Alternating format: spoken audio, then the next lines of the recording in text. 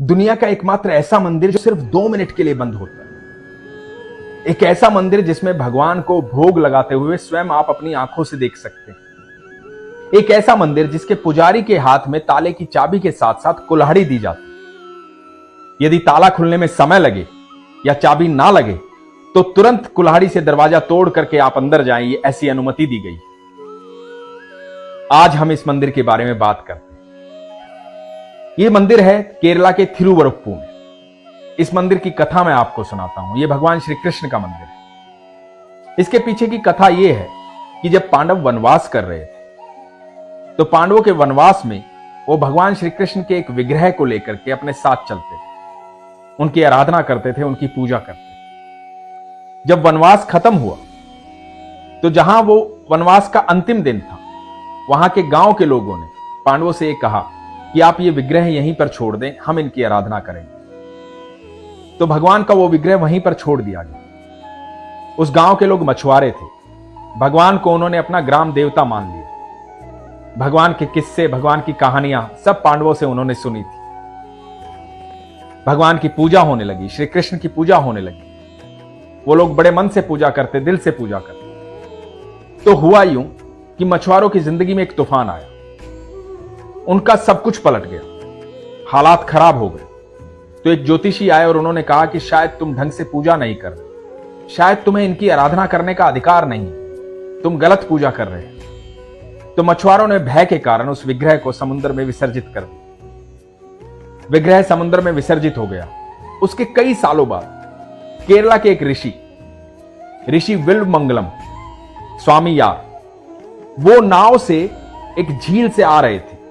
झील जो समुद्र से पटी हुई थी। तो नाव से आ रहे थे और एक जगह नाव आकर के अटक गई। नाव अटक गई तो बहुत कोशिश की कि नाव आगे बढ़े, लेकिन नाव आगे नहीं बढ़ी। जब उनको लगा कि शायद कुछ नीचे आ गया है, कुछ अटक गया है, तो वो पानी में कूदे। और पानी में कूदने के बाद नाव के नीचे वो देखते हैं कि एक विग्रह जो है वो नाव के नीचे अटका हुआ। उन्होंने उस विग्रह को निकाला। ये विग्रह था भगवान श्री कृष्ण का। ये वही विग्रह था जिसकी आराधना पांडव करते थे। विग्रह को लेकर ऋषि विल्वमंगलम नाव में बैठे, बाहर आ गए, थक गए थे। एक पेड़ के नीचे विश्राम करने के लिए बैठ गए, विग्रह को अपने साथ रखा। जब निंद्रा खुली तो विग्रह को उठाने लगे तो विग्रह हाथ से उठा नहीं। बहुत बल लगाया, बहुत कोशिश की, लेकिन विग्रह वहां से हिला भी नहीं।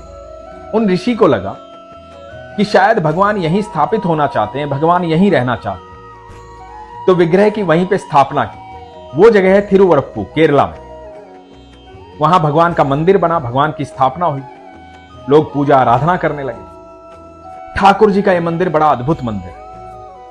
लोग जब भोग लगाने लगे तो लोगों ने देखा कि थाली में से भोग जो है वो कम हो जाता है, और यदि भोग समय पर ना लगे तो भगवान कमजोर हो जाते हैं। भगवान का विग्रह जो है वो सिकुड़ना शुरू हो जाता है। ये बड़ी अद्भुत बात थी। इस मंदिर में 10 बार भोग लगता है, लगातार भोग लगता है। और जब भोग नहीं लगता तो भगवान कमजोर दिखने शुरू हो जाते, भगवान का विग्रह कमजोर हो जाता। अब यह भगवान के कमजोर होने वाली बात आदि शंकराचार्य जी तक पहुंची। वो आए, उन्होंने देखा कि ये तो चमत्कार है। भगवान भोग लगाते हैं, थाली में से भोग कम होता है, और भोग नहीं लगता तो भगवान जो है वो कमजोर हो जाते हैं। ग्रहण पर आमतौर पर सारे हिंदुस्तान में या दुनिया में जहां भी मंदिर है वो मंदिर बंद होते हैं। चाहे सूर्य ग्रहण हो, चंद्र ग्रहण हो, मंदिर बंद होते हैं। लेकिन ये एकमात्र ऐसा मंदिर है कि आदि शंकराचार्य जी ने कहा कि ये ग्रहण पर भी बंद नहीं होगा। ये सिर्फ 2 मिनट के लिए बंद होता है, सुबह 11:58 से 12 बजे। उसमें भी पुजारी जी के हाथों में कुल्हाड़ी दी जाती है कि यदि गलती से कभी ताला ना खुले, चाबी गुम हो जाए या चाबी अटक जाए तो तुरंत कुल्हाड़ी से दरवाजा तोड़ देना, क्योंकि भगवान का भोग लगाने में देरी नहीं होनी चाहिए। भगवान का 10 बार भोग लगता है। और जब अभिषेक का समय होता है तो भोग नहीं लगा सकते, क्योंकि भगवान का अभिषेक होता है। और अभिषेक के समय में, इस लंबे अंतराल में, भगवान का चेहरा कमजोर होना शुरू हो जाता है। उसके बाद नीचे का जो शरीर है वो कमजोर होना शुरू हो जाता है। ज्यादा देर भोग ना लगे तो भगवान का कमरबंद उनकी कमर से ढीला होकर के गिर जाता है। यह आप अपनी आंखों से देख सकते हैं। जब भी आप थिरुवरप्पू जाएं, केरला जाएं, भगवान के इस अद्भुत मंदिर में जरूर जाएं, ठाकुर जी के दर्शन करें, ठाकुर जी को देखें, ठाकुर जी से मुलाकात करें। वहां साक्षात ठाकुर जी, और इसकी वजह है लोगों की आस्था, लोगों का विश्वास, लोगों का प्रेम। जब लोग दिल से आस्था रखते हैं, विश्वास करते हैं, प्रेम करते हैं, तो ठाकुर जी बताते हैं कि तुम्हारी आस्था झूठी नहीं है, तुम्हारा विश्वास झूठा नहीं है, मैं यहां पर हूं, तुम्हारे बीच में। अब आप लोगों के मन में एक सवाल आएगा, सवाल ये कि पांडव जो हैं वो भगवान श्री कृष्ण की पूजा क्यों करते थे, वो आराधना क्यों करते थे? क्योंकि वो तो उनके भाई थे। ठाकुर जी तो बचपन से उनके साथ रहे थे, उनके भाई थे। जो कुंती थी वो ठाकुर जी की बुआ थी, तो बुआ के बेटे थे, तो वो क्यों पूजा करते थे? तो मैं आपको बता दूं, ये विग्रह उस समय का है, ऐसा विग्रह है, ऐसा अवतार है भगवान का, जब उन्होंने कंस का वध किया था। जब कंस का वध किया था तो भगवान को बहुत भूख लगी। यह विग्रह उस स्थिति को दर्शाता है।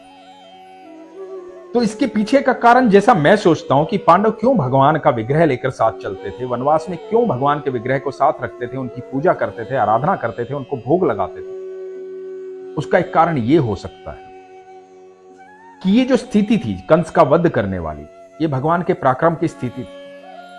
पांडवों को मनोबल की अत्यधिक आवश्यकता थी, तन से भी और मन से भी। उनको अपने आप को मजबूत रखना था। वनवास में थे, उनके मानसिक हालात सही रहे, उनका मनोबल कभी भी कमजोर ना हो, तो उन्हें आवश्यकता थी भगवान के उस रूप की, ठाकुर जी के इस रूप की, कि किस तरह भगवान ने छोटी सी अवस्था में, युवा अवस्था की तरफ बढ़ रहे थे, महापापी बाहुबली कंस का वध कर दिया था। तो जीवन में कितना भी बड़ा कष्ट आए, दुख आए, परेशानी आए, घबराना मत, डरना मत।